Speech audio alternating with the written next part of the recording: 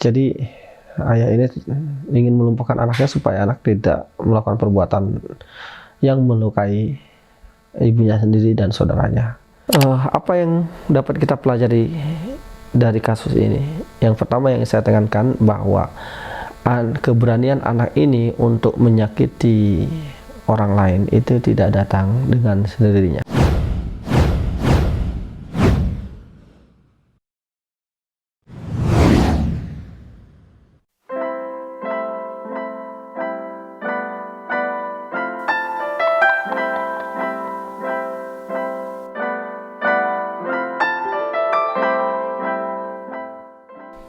Assalamualaikum warahmatullahi wabarakatuh. Lagi viral dan mungkin Anda yang pernah mendengarnya, pernah menyimak berita tentang seorang ayah yang tidak sengaja membunuh anaknya karena ingin menyelamatkan adiknya dan ibunya. Ini dilakukan oleh seorang ayah, Sutikno, berusia 59 tahun, yang membunuh anaknya Guntur usia 22 tahun. Saya di sini tidak bermaksud untuk menyalah-nyalahkan seseorang, tidak. Apa yang bisa kita pelajari dari kasus ini supaya kita dapat menghindarinya, dan jika ada tetangga kita, teman kita dalam situasi yang sama, apa yang dapat kita lakukan?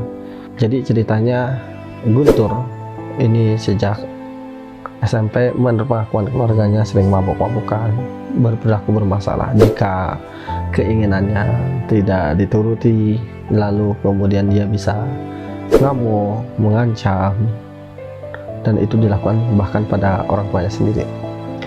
Lalu kemudian suatu hari Pak Sutikno ini melihat adiknya diancam oleh kakaknya Guntur ini.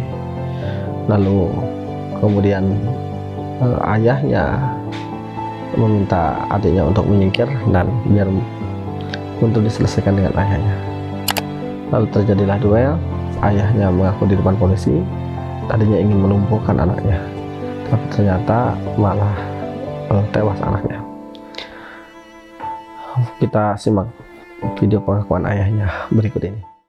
Ngepel dia mabuk, udah tahu-tahu itu cekcok sama adiknya. Saya itu di bawah di dapur mau bikin sambel, saya terus ibunya teriak-teriak, "Pak, iki ya anak itu tukaran." Lah itu mau dibunuh adiknya, nanti yang habis bunuh adiknya saya. Lah itu Pak ditulungi Pak, lah saya pisah.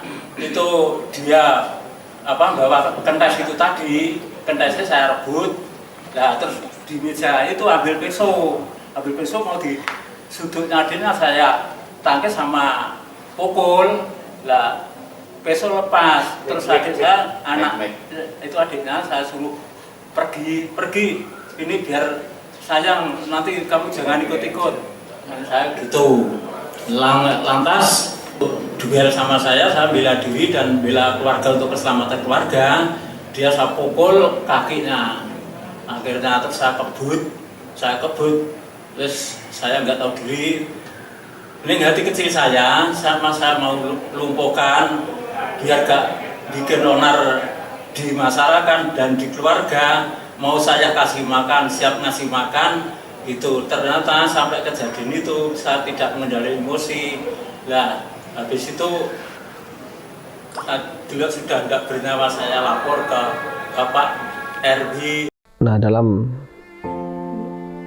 kondisi kita jadi ayah, meskipun secara umum perbuatan melukai anak tidak dibenarkan, tapi saya bisa memahami situasi latar belakang kondisi ayah menyelesaikan masalah dengan cara seperti ini. Sekali lagi, saya tidak berarti membenarkan perbuatannya, tetapi ini bisa jadi akumulasi bertahun-tahun ya, melihat perbuatan tingkah laku anaknya. Bahkan seorang ayah rela untuk dia bilang siap merawat anaknya kalau anak itu lumpuh supaya tidak melukai lagi. Jadi sebelumnya juga anak ini pernah dalam keadaan sakit gitu kan, lalu kemudian perilaku anaknya berharap berubah, lalu disembuhkan, dan ketika sembuh ternyata mengulangi perbuatan yang sama. Jadi ayah ini ingin melumpuhkan anaknya supaya anak tidak melakukan perbuatan yang melukai ibunya sendiri dan saudaranya. Dalam istilah moral ini namanya, saya jadi teringat dengan sebuah buku yang ditulis oleh penulis Jerman Dick Kurzweil, mohon maaf kalau spellingnya salah, yang judulnya Fear. Di jilid buku itu tertulis, "You would die for your family, but would you kill for them?" Mungkin ketika seseorang ditanya apakah kita bersedia mati dengan keluarga kita, sebagian besar kita akan menjawab dengan mudah, ya saya akan rela mati demi keluarga saya. Tapi ketika ditanya pertanyaan kedua, apakah kita bersedia membunuh seseorang untuk keluarga kita, ya kita perlu berpikir panjang, kita perlu berpikir lebih lama. Kenapa? Karena ada banyak konsekuensi lain dari keputusan kita untuk membunuh orang lain demi melindungi keluarga kita, begitu. Nah, inilah yang mungkin dihadapi oleh Pak Sutikno ketika menghadapi salah satu anaknya yang dia besarkan, kemudian melakukan perbuatan yang menyakiti ibu kandungnya, adiknya, saudaranya, bahkan bisa jadi ayahnya. 20 tahun saya menangani pengasuhan, sebenarnya bukan hal yang aneh. Di Indonesia ada kejadian-kejadian seperti ini. Anak yang membakar rumah orang tua ketika keinginannya tidak dipenuhi, anak yang ngajak duel orang tua ketika keinginannya dipenuhi. Bahkan saya langsung pernah mendapatkan curhat seorang ayah yang saling tendang dan saling cekek dengan anaknya yang masih SMP padahal. Jadi ketika keinginannya tidak dipenuhi, anak ini membentak-bentak ayahnya tidak terima, lalu kemudian anaknya menantang duel, saling tendang, iya, saling cekek, saling sikat, begitu ya. Kebayang nggak kalau anak ini nanti sudah seperti Guntur, usia 22 tahun, apa yang terjadi? Anak 14 tahun sudah berani nantang duel ayahnya. Nah, apa yang dapat kita pelajari dari kasus ini? Yang pertama yang saya tekankan bahwa keberanian anak ini untuk menyakiti orang lain itu tidak datang dengan sendirinya. Dimulai sejak dia cara berpikirnya mulai tumbuh, kira-kira umur 2-3 tahun. Barusan saya menerima telepon dari seseorang yang anaknya kalau keinginannya tidak dipenuhi teriak-teriak, nangis-nangis. Nah, ini kata kuncinya, jangan pernah memenuhi keinginan anak hanya karena dia marah, hanya karena anak marah, karena dia akan terus mengembangkan kemarahannya sebagai sebuah senjata. Jika aku marah, nangis, teriak, ngamuk, lempar barang, dipenuhi keinginanku, maka dia paham bahwa itu bisa menjadi jalan untuk mendapatkan keinginan. Apalagi jika orang tuanya sering kalah dengan kemarahan anak, ya kan? Banyak orang tua akhirnya menderita di masa depan setelah dewasa gara-gara tidak tahan dengan tangisan anak ketika kecil, lalu akhirnya dibuat nangis-nangis oleh perilaku anak. Jadi ketika kita bilang tidak boleh dan anak marah nangis, jangan pernah nuruti karena dia marah. Kita turuti keinginan anak bukan karena marahnya, karena memang kita ingin memenuhinya, karena memang itu kebutuhan dia, karena itu jatah dia, karena itu bentuk cinta kita pada dia, bukan karena untuk menghindari kemarahannya. Dalam ilmu perkembangan ada namanya teori power. Banyak orang tua tidak punya otoritas, kehilangan power untuk mendidik anak sebetulnya dibentuk dari kecil. Jadi orang tua yang kehilangan power adalah orang tua yang ketika anaknya dari kecil sering mengucapkan kalimat-kalimat semacam ini. Habis gimana kalau nggak diturutin anak saya nangis, habis gimana kalau nggak diturutin anak saya marah, habis gimana kalau nggak diturutin anak saya ngamuk. Bayangkan jika anak 5 tahun saja tidak bisa dikendalikan, apa yang terjadi jika anak 5 tahun guling-guling, lalu kemudian kita turuti keinginannya hanya gara-gara dia guling-guling teriak? Apa yang terjadi ketika dia usia 15 tahun? Apa yang terjadi ketika dia usia 22 tahun, 25 tahun, 30 tahun? Maka yang terjadi seperti ini. Jadi tidak ada anak yang kemudian berperilaku bermasalah sampai rela menyakiti orang tuanya, ya, dengan sendirinya membakar rumah orang tuanya, beradu duel dengan orang tuanya. Tidak ada yang datang dengan sendirinya. Tuhan tidak pernah menciptakan manusia mencintai kejahatan, bahkan penjahat pun gak suka dijahatin. Itu yang pertama. Jadi buat bapak ibu, teman-teman yang anaknya masih kecil, itu adalah modal kita ketika anak kita berlaku, ketika remaja, ketika dewasa, dan seterusnya. Yang kedua, apa yang dapat kita lakukan ketika kita melihat anak kita, tetangga kita, saudara kita memiliki anak yang berani menyakiti orang dewasa seperti ini? Usul saya adalah laporkan ke petugas, karena sebetulnya ke kepolisian, karena pengancaman itu sebetulnya bisa menjadi pelanggaran undang-undang, membahayakan keselamatan, melibatkan pasal-pasal di pelanggaran terhadap pasal-pasal KUHP. Hanya saja sayangnya, mohon maaf sekali, mudah-mudahan kita terus negeri kita lebih baik. Jika ada masalah seperti ini, umumnya sebagian yang berwenang seringkali mengembalikan ke keluarga dan mengatakan selesaikan dengan musyawarah atau dengan kekeluargaan. Akibatnya anak akhirnya tidak dapat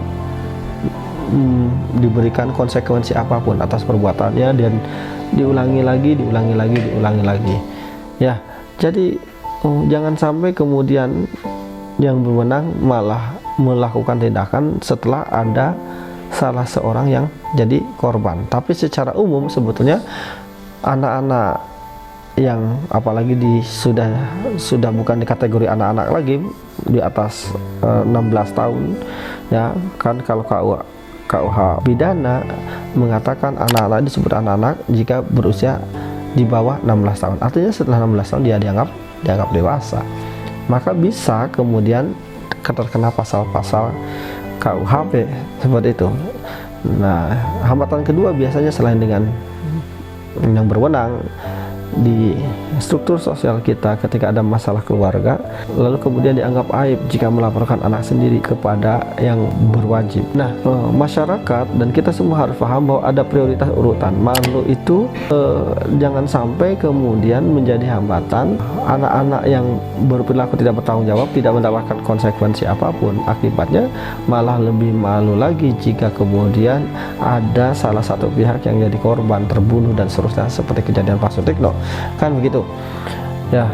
Jadi jika ada seseorang misalnya melaporkan anaknya, ya kita jangan menjudge langsung bahwa ini kok orang tua nggak sayang anak gitu kan.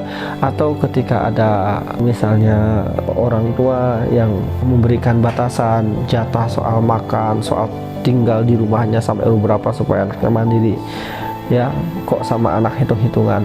Begini teman-teman, anak kita, kalau kita dalam situasi Pak Sutikno gitu ya, saya berharap anak kita ini, kita yang dihisap, kita yang bertanggung jawab. Orang lain yang hanya sekedar komentar kan tidak akan ngurus anak kita ketika bermasalah.